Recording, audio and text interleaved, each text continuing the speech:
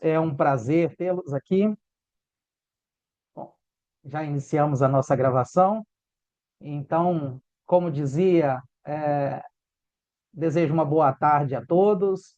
Sejam todos muito bem-vindos a este quinto simpósio, onde a gente tem aí discussões tão importantes, né, dentro desse nosso congresso. É um prazer estar aqui com todos vocês, será um prazer, com certeza, ouvi-los. Eu sou o professor João Emílio de Assis Reis, falo com vocês do Brasil. Eu sou professor no Instituto Federal do Rio de Janeiro, onde sou professor de Direito Empresarial e Ambiental. E o meu tema de pesquisa, ele envolve todas essas questões de sustentabilidade, né, ao longo da minha carreira. Então, espero também poder aqui contribuir com vocês, ouvindo os nossos debates ao final. Nós teremos aí uma apresentação de 10 minutinhos, tá? Estou falando aí com todos em português, eu acredito que todos compreendam português, né? Teremos 10 minutos, então, na apresentação, e após nós vamos ter aí um momento, né, de uma catarse das nossas ideias, o que foi falado aqui no nosso quinto painel, né, para vermos aí questões interessantes, pontos a serem ressaltados nos trabalhos de vocês, e, enfim, de alguma forma, fazemos um momento de partilha, né, para que possamos é, uns e outros tecermos comentários que possam colaborar nos trabalhos. Nós vamos seguir a, na nossa ordem de apresentações, né, apresentadas no cronograma, no programa, e, enfim, peço que tomem cuidado, né, com o tempo aí. Eu também vou fazer um controle, vou dar um pequeno aviso se o tempo, né, for ultrapassado, até porque eu sei que, enfim, estamos em locais diferentes e também todos têm os seus compromissos, alguns vão viajar, né? Então, eu vou chamando cada um dos apresentadores e depois fazemos o nosso momento coletivo. Deixe-me pegar aqui na sequência do programa. Então, eu convido inicialmente Silvia de Carvalho Homem, da Universidade do Minho, em Portugal, né? E o tema é Sustainability, Data and Power, Environmental Biopower in 21st Century. Fique à vontade, Silvia, para fazer a sua apresentação, e o microfone é seu.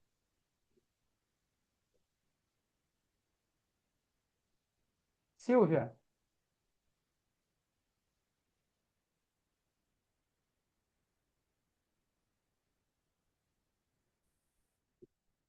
Não sei se estão a ver o meu PowerPoint. Conseguimos ver sim, Silvia. Conseguem? Pronto. Então vou fazer em inglês porque foi assim que eu preparei. Nenhum problema, Silvia. Não se Ok, preocupe com isso. obrigada. Good afternoon, everyone. It's a pleasure to be here at the first International Scientific Conference, Eco-Justice, Law in Age of Sustainability. I would like to thank you to the Ignatian University of Krakow and the Iberian American Institute of Legal Studies for the opportunity to talk a little about sustainability, data and power, environmental biopower in the 21st century. And of course, thank you all for being here and for taking the time to share this moment.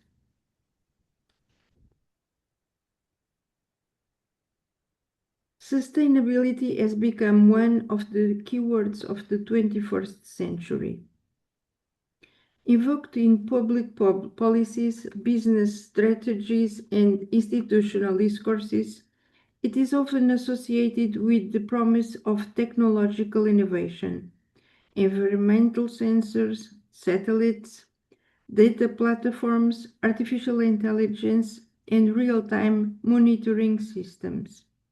These technologies allow us to collect and analyze massive amounts of information about the climate, ecosystems, cities, and human behavior, promising more efficient and rational environment management. However, this transformation raises a central question that guides this lecture. What happens when sustainability becomes governed by data and algorithms? To understand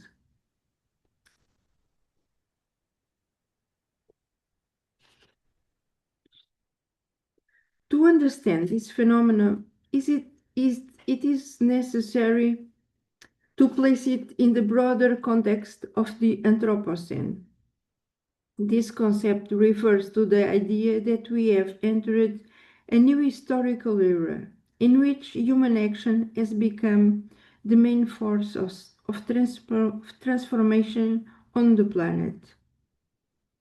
Climate change, biodiversity loss, ocean pollution, intensive urbanization, and the modification of natural cycles are no longer isolated phenomena, but constitute a structural framework of ecological crisis. This scenario of permanent crisis has profound consequences for the way we govern societies. When environmental risks are represented as global, urgent, and potentially irreversible, there is a temptation to resort to extraordinary measures. This is where the second fundamental concept of this lecture comes in, the exception.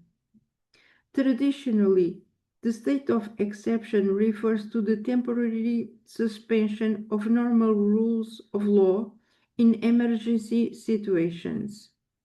In the context of the Anthropocene, we can speak of an environmental exception. The ecological crisis is often used to justify intensive forms of monitoring, data collection, and automated decision-making. In the name of protecting the planet, devices that monitor consumption behavior, mobility patterns, energy use, or everyday practices are accepted.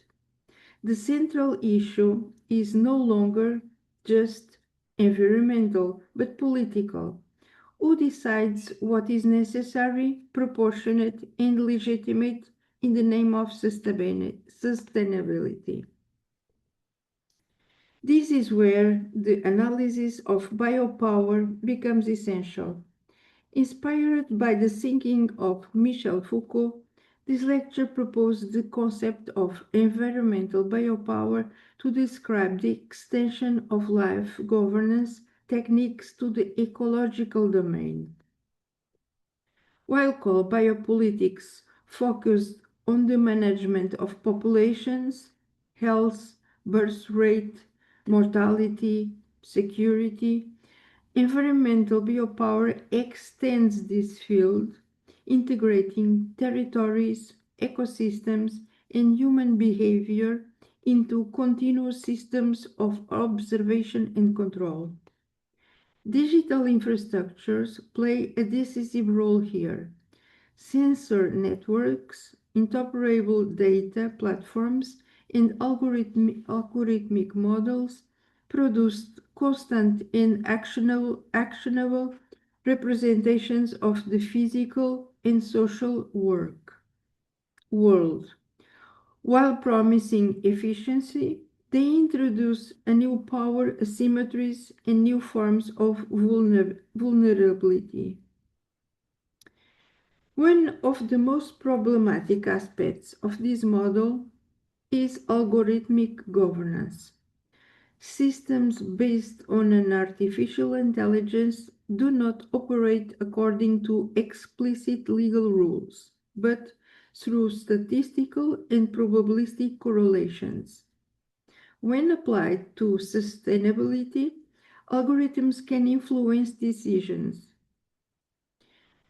about access to resources, energy tariffs, circulation in urban spaces, or even environmental priorities, often without democratic scrutiny.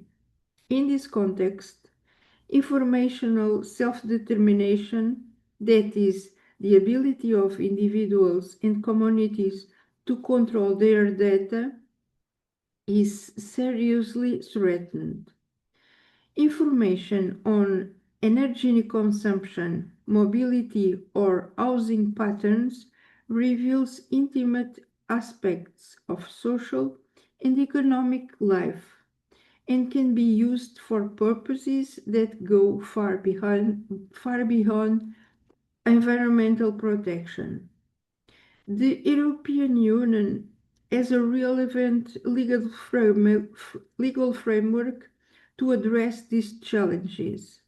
However, they face significant limitation when confronted with hybrid systems in which environmental, behavioral, and algorithmic data intercept.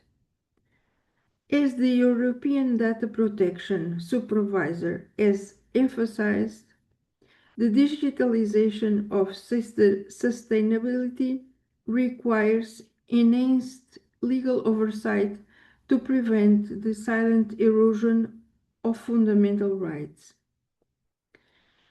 Against this backdrop, this lecture proposed the needs for a normative model of digital eco-justice. This model is based on 5 fundamental principles: the transparency, auditability of environmental algorithms, democratic participation in data governance, proportionality, and limits to environmental surveillance. The strengthening of information self-determination and the existence of robust mechanisms for public and private accountability. Sustainability cannot be reduced to a technical problem. It is inevitably a question of justice, power, and democracy.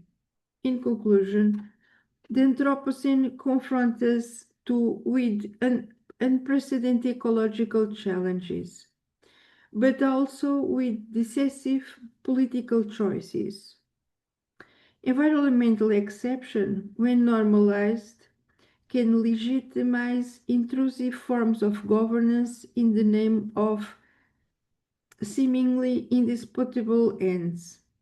Recognizing the ambivalent potential of digital sustainability is the first step towards preventing the consolidation of an environmental biopower that is incompatible with democratic values. Protecting the planet cannot mean sacrificing fundamental rights. On the contrary, it requires new legal and institutional architectures capable of reconciling ecological responsibility, social justice, and democratic governance. Thank you for your attention.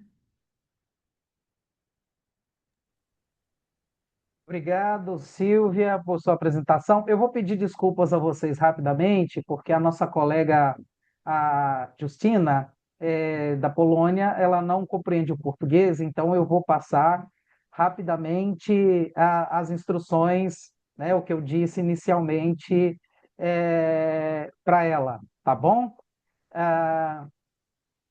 Justina, I apologize. I will inform you of what said at the beginning of the presentation. I apologize because I don't speak English well. Please, not that presentation will be limited to 10 minutes. This will help avoid any inconvenience for participants who have prior commitments. Questions and discussions should be held last if time allows. Um, I apologize. Uh, I don't speak English well. A propósito, gente, a Justina, ela também tem uma necessidade aqui que ela me comunicou aqui, né, em inglês, eu falei com ela aqui no privado, e eu vou pedir licença a vocês, né, em razão, ela está na Polônia, né, eu vou pedir licença a vocês para fazer uma pequena alteração no nosso cronograma de apresentações Hello, can aqui. you hear me? Hello, can you hear me?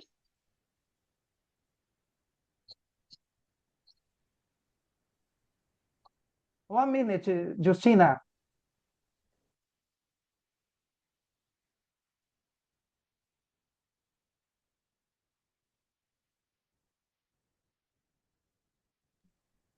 Yeah, and now, can you hear me? Hello? Justina, you can speak now.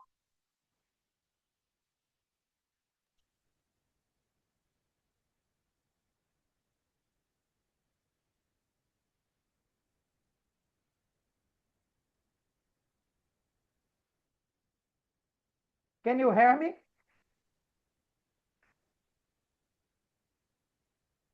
Justina? Ah, ok, ok.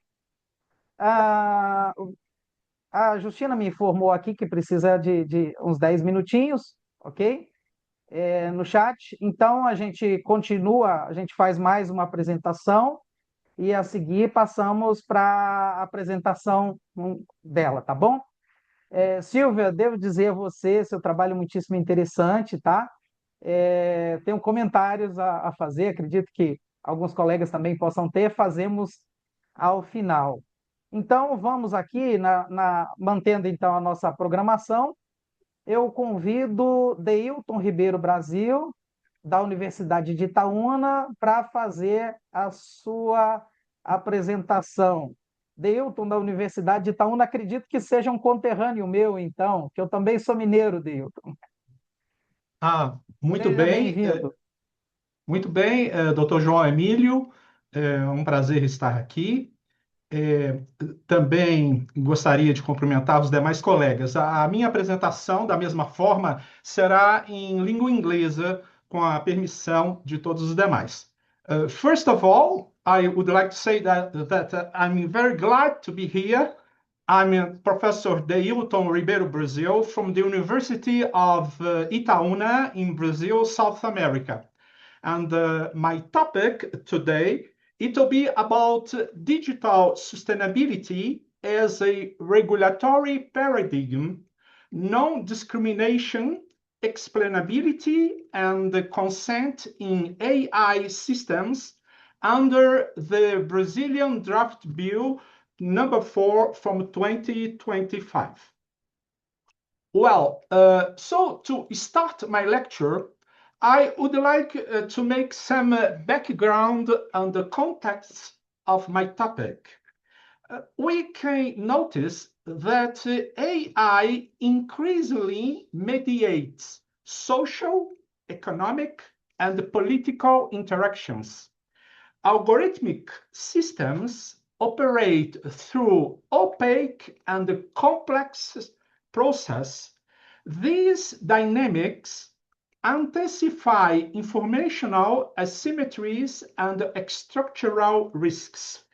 And in traditional accountability, mechanisms are often insufficient in AI-mediated environments. And it's important to highlight the search problem. So the search problem, it's about the challenge of regulation. And here we talk about artificial intelligence. So how can civil law address the complexity and risk of AI without restraining technological innovation? That's the question. And the other question, it's about digital sustainability and how to ensure the long-term safety and fairness of AI systems while fostering progress. And the third question, it's about the protection of fundamental rights. How can regulation balance technological growth and the protection of human dignity and autonomy?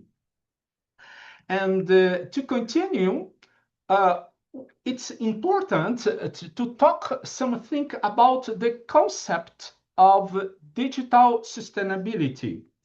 And before I start, it's important to highlight that the draft bill number 4 from 2025, which is under the Brazilian National Congress, this draft bill has over 700 articles, which will be added if everything will be successful for our Civil Code of 2002.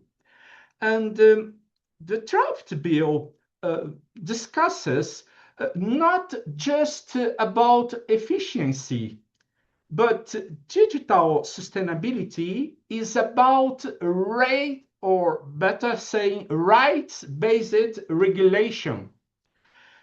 It emphasizes the ethical dimension of technology, where sustainability means not just technological advancement, but human rights protection. And continuing, it's important to say that the key values in digital sustainability. So it's important because we have these key values that talks about human dignity. It means protecting the inmost value of the individual. Also, autonomy, ensuring that individuals have control over digital interactions. And we also have a cultural identity. It means respect for identity in the digital space. And also human oversight, ensuring systems are accountable through human supervision. Well, the Brazilian draft bill number 4 from 2025 incorporates AI governance into the Brazilian Civil Code through articles 2027 letter AL to 2027 letter AN. And the basic meaning, it's about rights-based framework. The draft bill number 4, 2025 anchors AI regulation in the protection of rights related to human personality, for example, privacy and autonomy. And the core features, it means that the core features mandates transparency and non-discrimination in AI decision-making processes. And it also demands human oversight to ensure accountability and fairness, and also sets forth civil liability for AI-caused harm, ensuring full compensation damages. And that's the most important in this issue about AI. It's to ensure full compensation for damages or harms for the citizens and the consumers, and also opening the possibility for human supervision. Well, also, as core principles of regulation, we have transparency. It means clear communication of AI systems actions, giving individuals the right to be informed about automated decisions. And also explainability. AI systems must be understandable, enabling review and reducing opacity. And the next core principles of regulation we have as non-discrimination. AI must not reinforce biases, ensuring fairness, especially in automated decision-making. Informed consent. Individuals must actively agree to AI interactions, ensuring control over personal data and decisions made by AI. And as for my closing statements, I would highlight that the draft bill number 4 from 2025 set forth a rational model of digital sustainability. AI governance is framed as a civil law duty and consolidates legal certainty and judicial enforceability.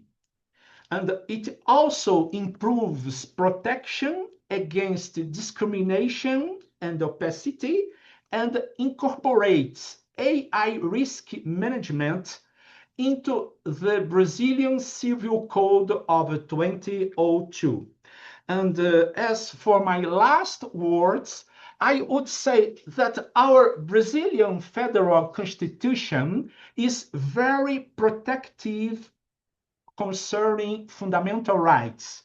And it's very important to make a discussion about the regulation of AI in Brazil. And the Congress is making his role, but it is also very important for the civil society, the universities, the experts to make their contributions for us to have a factual and regulation about AI. So many thanks, and it has been a pleasure to be here. And I return the word for the coordinator, João Emílio. Very pleased, João Emílio, to be your citizenship as Mineiro. Muito obrigado. Thank you, Deilton. Muito interessante também, e aí a gente já percebe aqui alguns pontos de diálogo, né? Inclusive com a apresentação da Silvia, né? Ao final a gente conversa um pouco mais sobre isso e também eu vou franquear a palavra a vocês também, para que possam trocar ideias com você, entre vocês, né? Muitíssimo interessante, Deilton, inclusive, né, assim, extremamente original, né, porque a gente não tem muita produção sobre isso no Brasil ainda, né, no debate acadêmico propriamente, a gente não tem muita coisa escrita sobre isso, né, mas ao final retomamos então essa questão. Vamos ver aqui.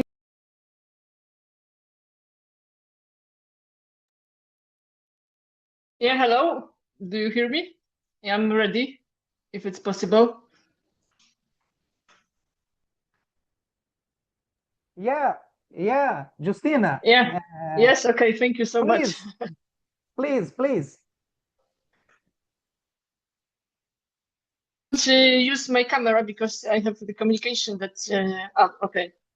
I don't know if you can see. I think yes. Yeah, it's a very big honor to me for me to be with you here, and very big greetings from the Poland. It is very deep night here. It's very dark, and it's quite because we are waiting for the snow for the Christmas, and so maybe we'll have some romantic maybe Christmas Eve. I will start my presentation because I have a short presentation about the AI regulation in Spain, and I will discuss a topic that is reshaping our economy, our society, and our. It is artificial intelligence. Specifically, I want to talk about how Spain is positioned. It's not merely as a participant, but at a leader in the global race in regulate AI efficiency and ethicality. When we talk about AI regulation, we often look at the Brussels effect, so the massive regulatory power, the European Union. However, today I want the real engine of implementation, the laboratory of European AI governance is happening in Spain. To understand the Spanish situation, we must first look at the foundation. Spain fully subscribes to the European Union's AI Act. This act on the risk-based approach, categorizing AI from minimal risk to unacceptable risk. Spain decided early on the waiting for the final European Union implementation was not enough. The Spanish government launched the National Strategy on Artificial Intelligence, in the short versions ENIA. This strategy is not just a wish list, but is backed by substantial funding from the Recovery, Transformation and Relation Plan. Spain's goal was clear, the European regulation and create the infrastructure to enforce it before anyone else. This proactive substance was codified in the Royal Decree, Real Decreto, that set off the stage for its most significant institutional innovation. This brings me to the cornerstone of Spanish AI regulation. It's AISIA, so it is the Spanish of supervision of artificial intelligence. Why is it so important? Because Spain became the first country in European Union to establish a specific dedicated state agency solely for the supervision of AI. While other nations debated which existing regulator should handle AI, Data Protection Agency or Telecom. Spain created a specialized body headquartered in A Coruña. AISIA is not just a police officer for algorithms. It mandates its broad and ambitions, and was three main pillars. First pillar is supervision, ensuring that high-risk AI system comply with safety and fundamental rights standards. Second pillar is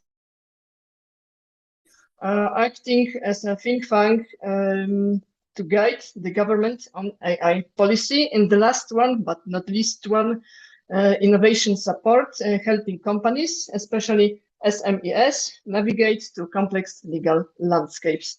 The existence of AISIA sends a strong signal to investors and developers. In Spain, there is a clear authority, a clear interlocutor that offers a basis on AI. Institutional vital, but regulation needs testing. So this is where Spain truly shines as a pioneer in this field. So Spain launched the first AI regulatory sandbox in the EU.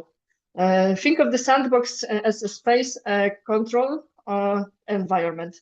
It allows companies to test their AI solution under the watch eye of the regulator before they hit the market. This creates a win-win situation for every party. For the regulator, they learn how the technology actually works in the real world, allowing them to create better and more practical guidelines. And for the companies, they get legally certainty. They know that if they pass the sandbox, they are compliant. Avoid the fear of the heavy fines later on. So this Spanish pilot program is currently serving as a model for the entire European Union. And finally, we cannot talk about regulation without talking about people. Spain has been very aggressive and protecting workers from management by algorithm. A prime example is the RIGHT law. Spain was one of the first countries mandate algorithmic transparency in the labor relation. This law forces digital performers like delivery apps to inform workers about the parameters of the algorithms that govern their jobs, how tasks are assigned or how performance is evaluated. Furthermore, Spain introduced the Charter of Digital Binding. It proposes a framework for no rights to protection against bias, ensuring that our humanistic values translate into the digital age. And our short conclusion for this situation, legal situation in Spain. The legal landscape of AI in Spain is defined by anticipation and from the creation of AISA, so the specialty body in A Coruña, to the implementation of the regulatory sandbox and defense of labor rights. Spain is showing the world that the regulation does not have to be the enemy of innovation. Instead, smart regulation creates trust, and trust is the most valuable currency in the digital economy. Spain is open, but it is open for the responsible business. And it is, thank you for your attention. I hope that I was very good hearing and that my team was quite interesting for you.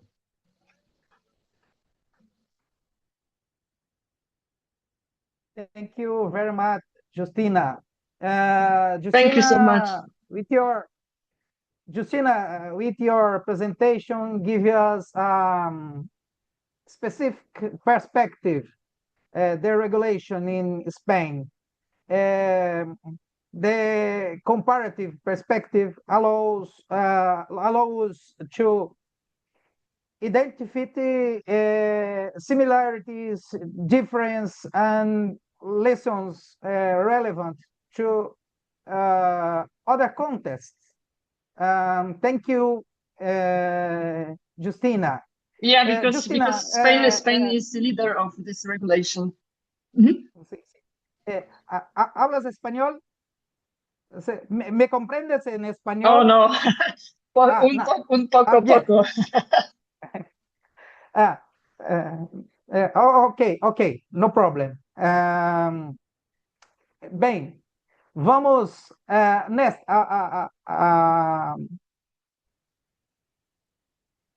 vamos aqui, João Vitor.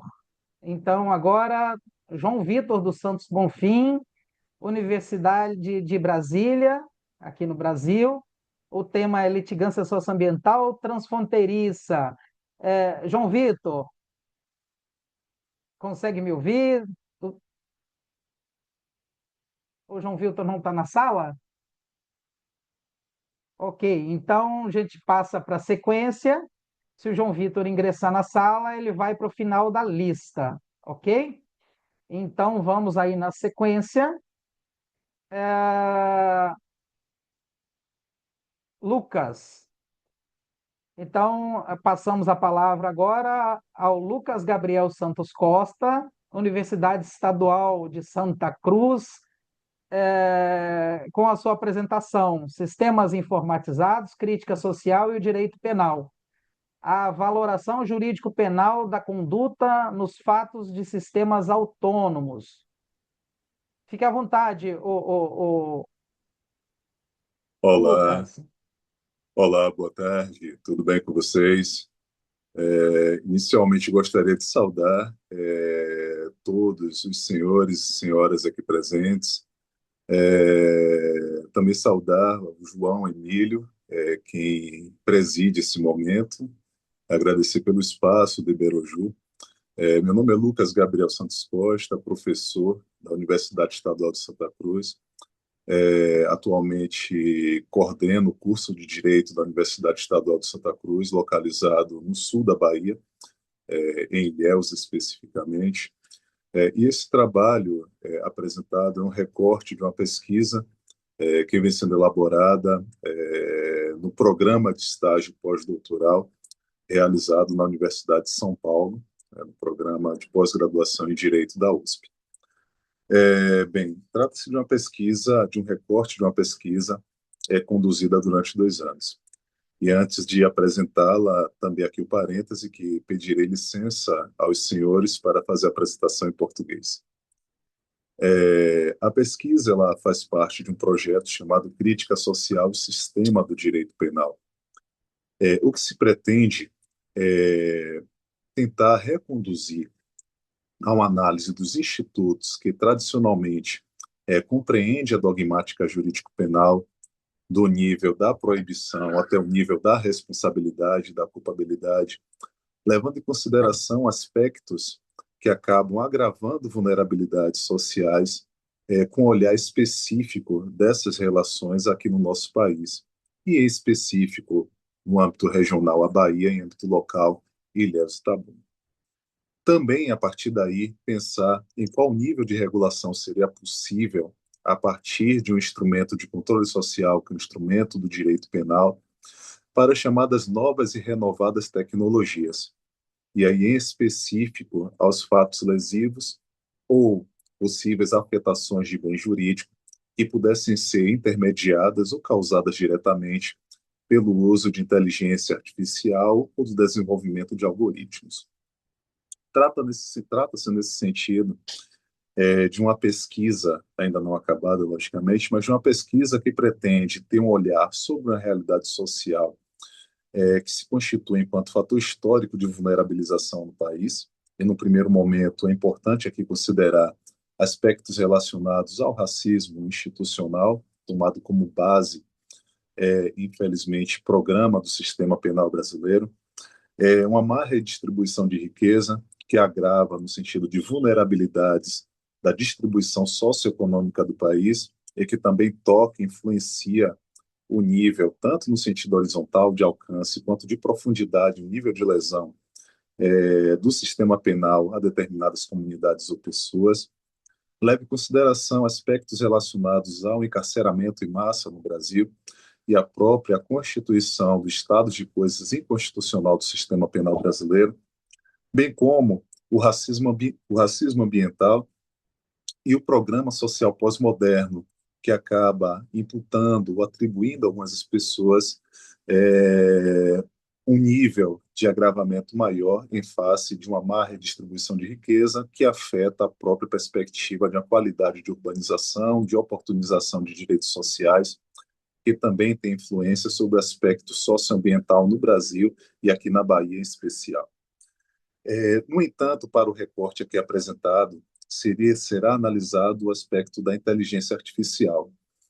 E o problema que se propõe é a possibilidade, no sentido de agravamento desses aspectos que mencionei, se seria possível a imputação de responsabilidade àquele que desenvolve, àquele que gerencia ou àquele que utiliza de determinados sistemas informatizados, especificamente aqueles produzidos através de algoritmos de inteligência artificial.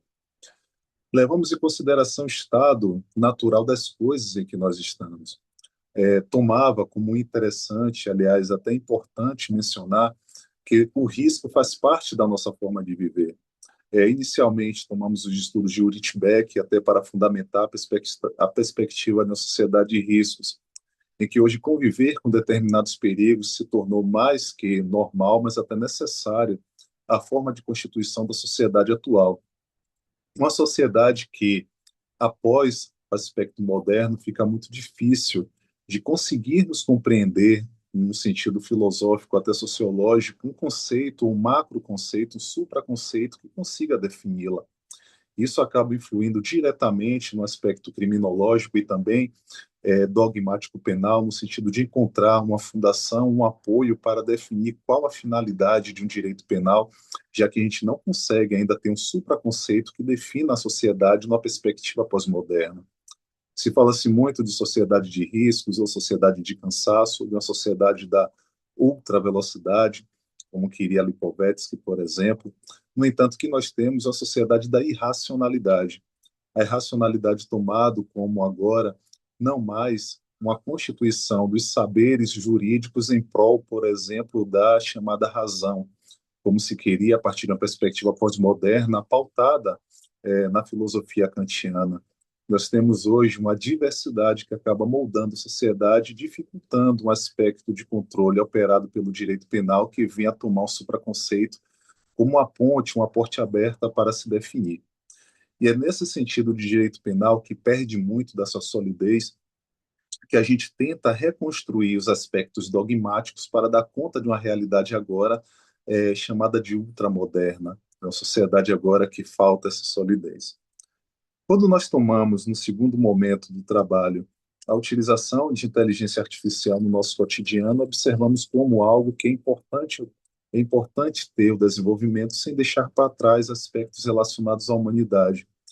E reforçamos a necessidade de um controle, e esse controle sendo estatal no Brasil, principalmente para a definição de quais são os riscos mínimos, né, no âmbito daquilo que é do risco permitido ou do perigo proibido para a utilização das novas tecnologias.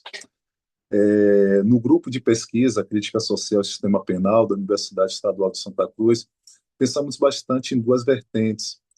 Para os riscos decorrentes dessas novas tecnologias, pensarmos em um tipo penal de barreira, por exemplo, como bem utilizamos a partir de uma segunda velocidade do direito penal, como assinalada pelo professor, por exemplo, Silva Sanches, de termos um direito penal do risco e, a partir desse direito penal do risco, criarmos uma norma que venha proibir um perigo abstrato, que seria a utilização inadequada de inteligência artificial, superando riscos, né, e trazendo direito administrativo como suporte à incriminação.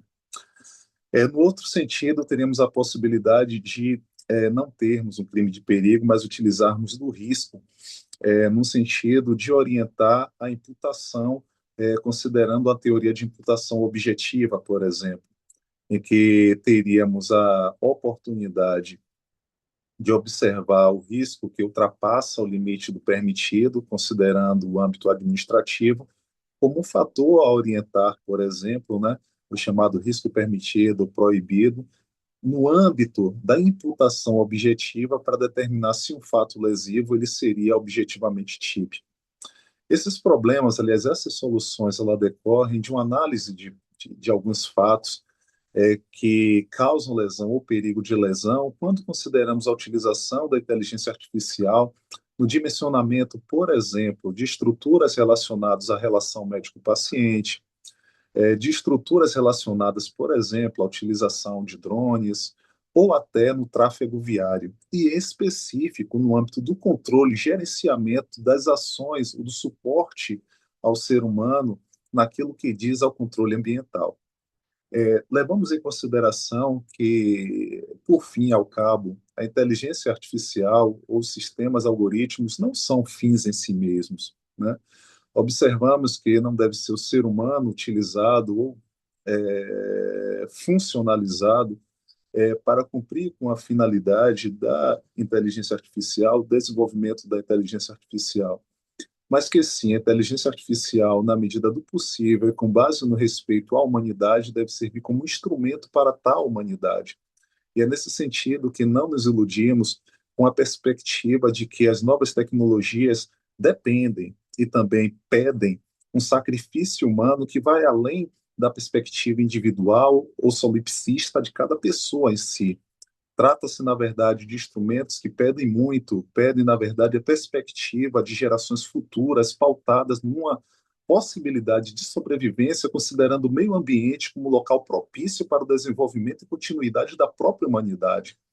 E é nesse sentido que a utilização do sistema penal deve ser tomada em última ratio, como último instrumento de controle, mas principalmente no desenvolvimento não para funcionalizar sistemas, né, mas para proteger seres humanos.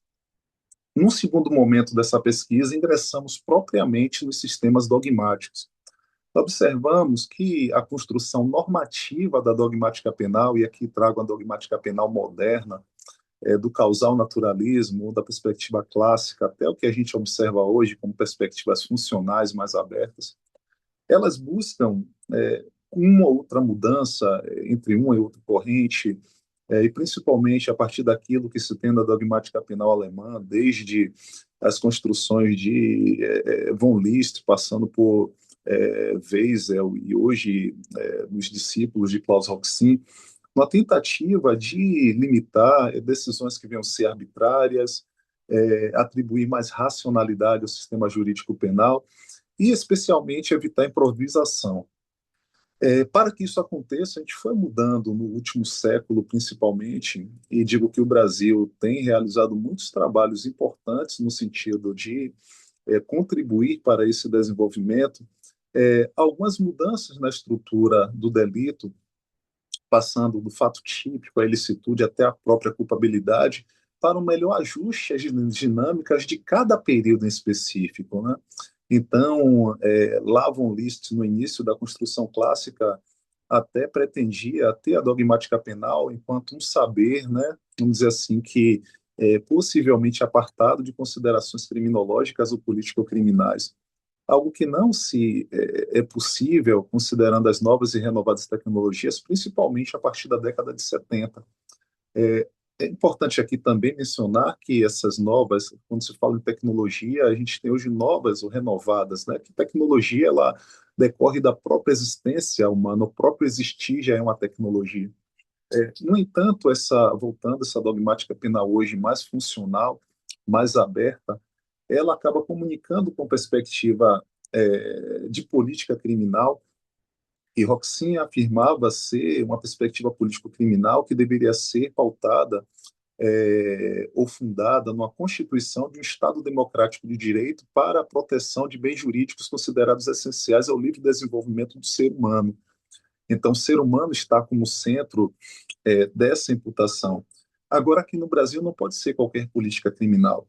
É necessário que a política criminal que venha guiar o que é um fato típico, ou seja, qual o limite do proibido, do permitido, ou que venha a orientar a culpabilidade, né, quando deverá se reprovar um fato por meio de pena, venha considerar aspectos de uma vulnerabilidade agravada aqui no Brasil, né, das situações específicas da sociedade brasileira, aquelas que afirmei no início.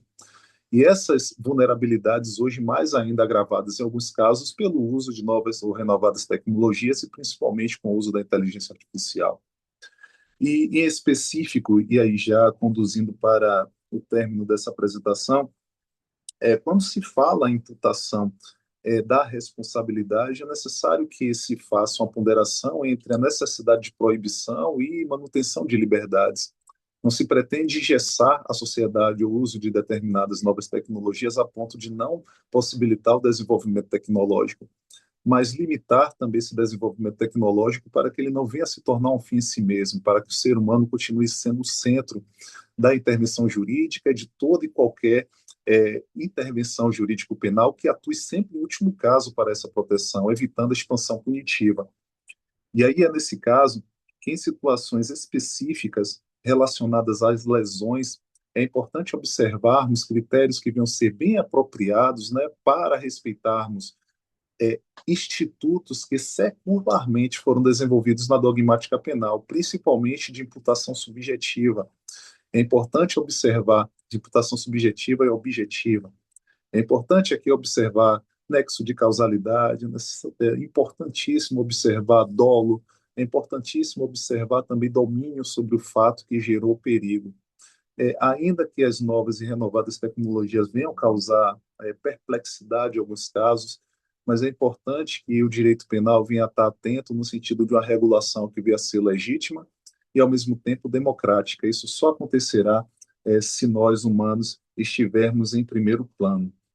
No sentido de utilização desses mecanismos no âmbito da relação médica, que tomei como exemplo, um dos exemplos para a construção desse trabalho, é importante sempre observar o âmbito de competência das pessoas que estão inseridas no contexto dessas relações. A inteligência artificial, os algoritmos são utilizados como instrumentos que potencializam a ação humana. Ainda que esses instrumentos venham ter o caráter generativo, mas é importantíssimo observar qual o grau de dominabilidade do ser humano para a imputação jurídico-penal. Se observarmos a questão relacionada aos dispositivos automotores autônomos, também considerados, né, como exemplos desse trabalho que aqui está sendo exposto, é importante também orientarmos da lesão até a causação, quais são ou quais os fatores estão inclusos no nexo causal de geração do perigo ou causação do resultado, para daí ter imputação no âmbito do jurídico penal. Imputação aqui que falo sempre ao ser humano e não a perspectiva de uma máquina. Vou observar em tempos de expansão do direito penal a importância de mantermos ele no seu lugar. Evitar arbitrariedades no direito penal e a centralidade do ser humano é também observar e fazer apologia a um Estado cada vez mais democrático. Com isso, eu encerro aqui a pesquisa, aliás, a apresentação da pesquisa, agradecendo a oitiva dos senhores que estão aqui no Iberoju e me colocando à disposição e já convidando a conhecer a Universidade Estadual de Santa Cruz, que abre um espaço muito importante para pesquisas no âmbito do direito, especificamente no âmbito do direito penal e das ciências criminais. Obrigado. Obrigado, Lucas. Eu acho que é muito importante aí o que você traz para a gente, né? E aí você já percebe como todas as apresentações aqui se encaixam, né? Enfim, a necessidade de proteção dos direitos fundamentais, a necessidade de proteção da dignidade humana, e, enfim, e os avanços tecnológicos, eles nos abrem portas, ao mesmo tempo também, né, vão trazer novos dilemas. Deixa eu só verificar aqui o nome das pessoas que ficaram, né, que, que ficaram por apresentar e fazer uma última conferência e aí a gente já faz os encaminhamentos finais. Então, o João Vitor dos Santos Bonfim não fez apresentação, né? Universidade de Brasília não se encontra na sala até o momento. E Bruna Souza, né, da Universidade Lusófona, em Portugal, né? Atuação de chatbots de IA generativa na produção e circulação de fake news, desafios tecnológicos, éticos e jurídicos. Bruna também não se encontra, né, neste momento. Bem, gente, eu vou aqui então fazer aqui algumas reflexões, né, com vocês e, assim espero que isso seja muito mais coletivo do que, né, uma fala, né, expositiva. Mas pensando aí todo o contexto da conferência, né, que a gente está aí em processo de encerramento hoje, né, e a própria proposta dela como ah, né, uma discussão da sustentabilidade, né, dentro desses novos desafios, uma noção ampla de sustentabilidade, né, nós temos aí, então, alguns pontos centrais para o fechamento da nossa discussão, né? Eu creio que tudo que foi trazido aqui hoje traz um ponto comum essencial, né? Inafastável, que é a necessidade de repensarmos o direito diante das profundas transformações provocadas pela tecnologia, né? pelos dados, pela inteligência artificial, né? Sem que a gente perca de vista, né, a centralidade da dignidade humana, da justiça social e da sustentabilidade, né? Talvez este seja o grande desafio, né? Talvez essa era do mundo conectado que a gente viva esteja trazendo para a gente uma outra forma de utilitarismo, né? Seja com a economia da atenção, seja com, né, a, a, as definições algorítmicas né, que interferem tanto na nossa vida, desde aplicação da justiça, a compra que você faz aí em site de compras, né? A conferência da Silvia, né, ela oferece uma reflexão fundamental para a gente, conectando sustentabilidade, dados e poder, né? E ela permite a gente situar a questão ambiental no âmbito da biopolítica contemporânea, né? Como o controle e a gestão da informação ambiental, né? Podem se tornar instrumentos centrais de governança, exigindo respostas jurídicas capazes de enfrentar, né, essas novas formas de poder e mesmo as assimetrias, né, estruturais que nós temos ainda no século XXI. Então, assim, a fala da Silva traz um contexto muito importante, né? Porque assim a gente precisa repensar essas relações de poder, né, que se apresentam nesse momento e não desconectarmos isso de todos esses valores, né, que buscamos proteger, que os direitos humanos, os direitos fundamentais, né, têm como escopo, né, proteger. O Deilton também traz, né, uma reflexão muito importante que não se descola, né, da fala da Silvia, né? Pensando justamente, né? A gente pensar a ideia mesmo de sustentabilidade digital, né? Destacando aí princípios, né, como a não discriminação, a explicabilidade, a transparência, né? Quando ele discute o projeto de lei brasileiro número 4 de 2025, né, que vai fazer uma alteração importante no Código Civil brasileiro, né? A gente tem aí já, né, desse movimento do direito de se adaptar, né, às novas realidades, aos novos desafios, né, buscando incorporar, né, valores normativos capazes de assegurar, né, transparência, responsabilidade, igualdade e inclusão, né? O mundo digital, né, as novas tecnologias, a regulação da inteligência artificial não pode se limitar à inovação técnica, né? Então a gente precisa pensar, né, tudo isso também. O Lucas traz uma reflexão importante também, né? E a gente percebe que pensarmos o direito penal, né, dentro dessa perspectiva também é muito importante, né? A gente precisa pensar né, as categorias tradicionais do direito penal, né?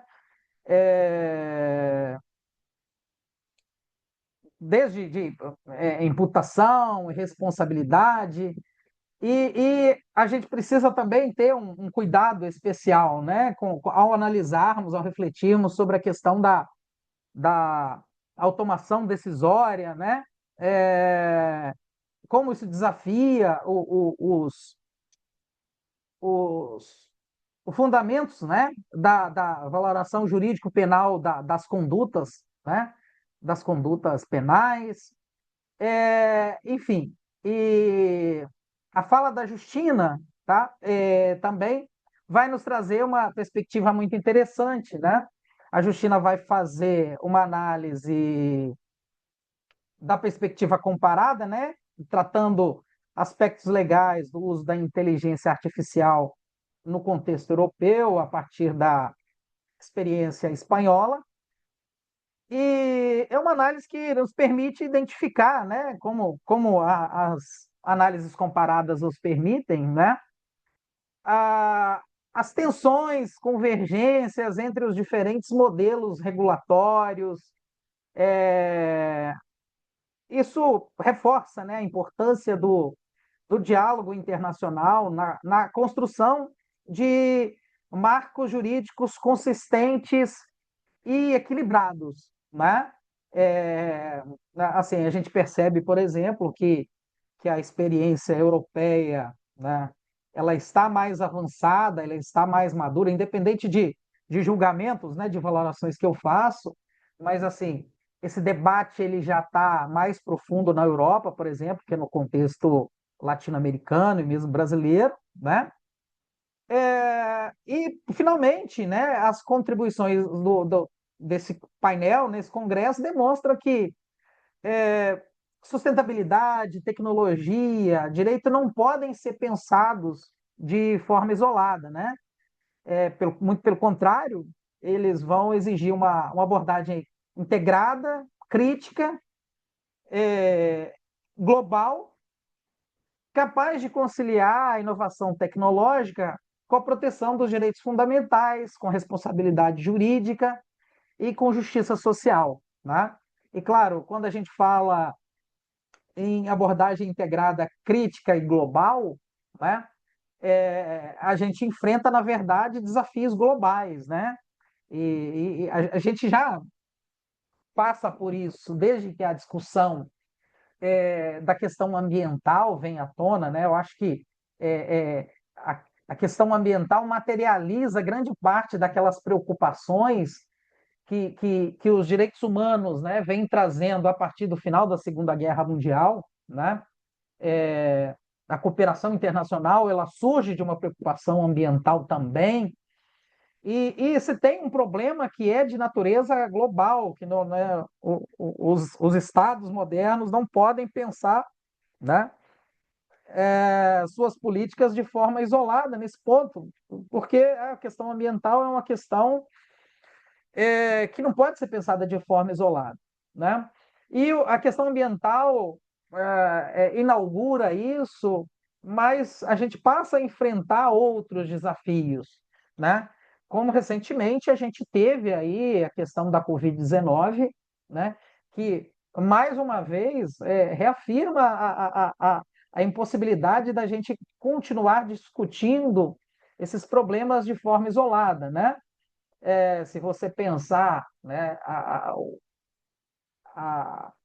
a desgraça que foi, né, o número de mortes que a gente teve na Covid-19, mas pensar também que não a solução encontrada ali, em grande parte, ela só foi possível porque ela foi integrada e toda aquela tragédia que aconteceu poderia ter sido e certamente seria muito pior do que foi, né? Bem, obviamente não podemos deixar de fora, né, a questão aí hoje, né, da inteligência artificial, né, do mundo digital, da cultura digital, da economia dos dados, né? A gente tem que pensar aí hoje nas grandes big techs que são capazes aí de enfrentar, de fazer pressão, né, nos governos, né, pelo mundo.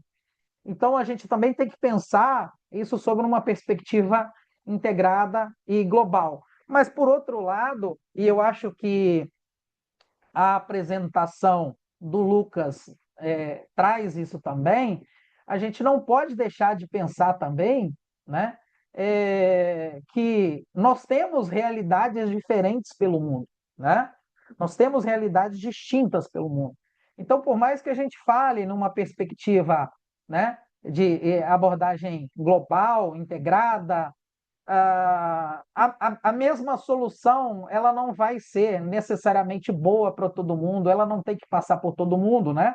Em realidades diferentes, em problemas diferentes, nós vamos ter que pensar também, né, em soluções diferentes, né? Porque sob pena enfim, não termos efetividade e eficácia nas soluções que apresentarem. Eu agradeço a todos, né, pelas apresentações. O meu inglês, gente, é muito limitado, né? Eu brinco sempre quando eu participo de um congresso internacional que, enfim, eu falo 5 línguas, nenhuma delas é o inglês.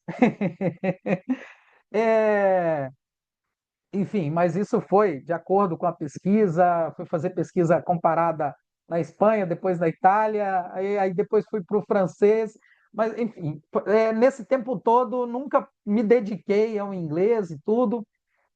Eu vou fazer aqui fazer um resumo da minha fala aqui. Eu tomei a liberdade aqui de usar um adaptador de texto para transformar o que eu falei agora para o inglês, para que a Justina possa, né, entender a minha reflexão aqui, compreender a reflexão, para que a gente não cometa aqui uma exclusão, né, para que a gente não deixe ela de fora do debate. Então, eu vou colocar no chat aqui, então, o que eu trouxe em inglês. E eu peço desculpa, gente, porque eu não preparei nada assim. Eu não falo inglês, mas se eu tivesse, sim, um pouco de tempo, eu poderia me preparar melhor para essa situação. E eu imaginei que a Justina, tendo estudado a Espanha, que ela falasse o espanhol, né? Eu vou então compartilhar.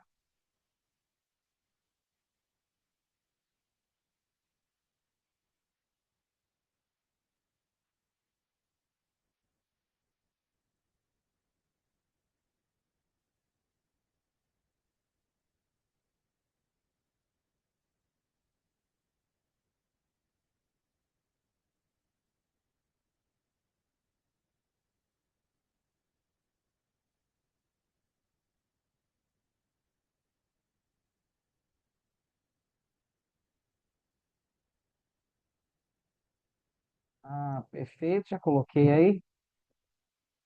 Justina, I translated my speech for you. I apologize. I don't speak English well.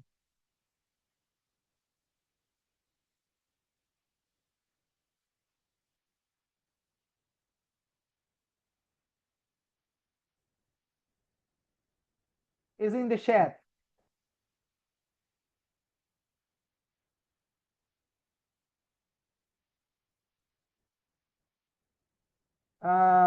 Bom, dito isso, eu gostaria de abrir aqui a fala aos colegas, é, Silvia, Deilton, Lucas, Justina, se queiram trazer algum comentário, se queiram fazer alguma complementação dos seus trabalhos, alguma observação, se de repente querem eventualmente fazer alguma observação, alguma consideração sobre o trabalho de um colega, ou queiram fazer alguma pergunta ao trabalho de algum colega. E claro, eu convido vocês também, se caso queiram, né, quiserem compartilhar os endereços de e-mail de vocês no chat, para que, se eventualmente os colegas queiram aí fazer algum contato, né, que eu acho que o mais interessante, assim, da gente apresentar a nossa pesquisa, né, em um painel, é a possibilidade da gente enriquecê-la com outras visões, com outras experiências, né? Eu deixo aqui o meu e-mail para vocês. Eu trabalho especificamente, né, com a questão da sustentabilidade empresarial e, de alguma forma, se alguém quiser falar comigo, quiser trocar alguma ideia, seria um imenso prazer, né? Sou professor hoje de Direito empresarial, né, no Instituto Federal do Rio de Janeiro, mas a minha pesquisa sempre foi na área ambiental. Então, hoje eu trabalho especificamente né, com um assunto que me permite fazer a ponte entre essas duas coisas. Então, minha pesquisa hoje tem sido em torno de transparência empresarial ambiental, né? Discussões aí interessantes. Alguém está tentando entrar na sala. Vou ver aqui.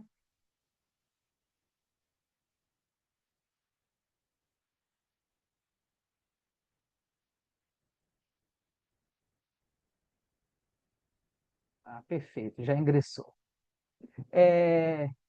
Bem, enfim, é o Luiz Prenda. Bem-vindo, Luiz.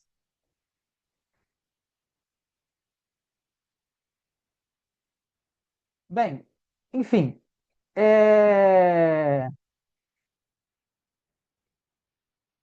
se alguém quiser fazer uma fala, trazer algum complemento à sua fala, este é o momento, fique à vontade.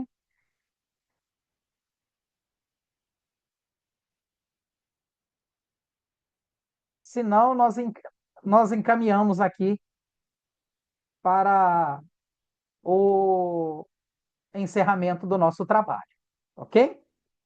Então, eu gostaria de agradecer a todos que aqui estiveram. São pesquisas maravilhosas. Pude aí acompanhar as apresentações de vocês.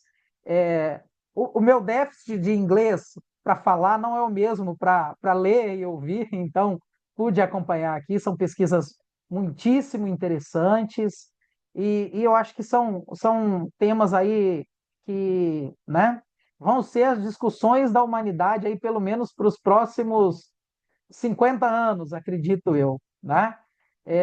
Representando mesmo, né, a forma como nós vamos buscar lidar com esses desafios aí, né?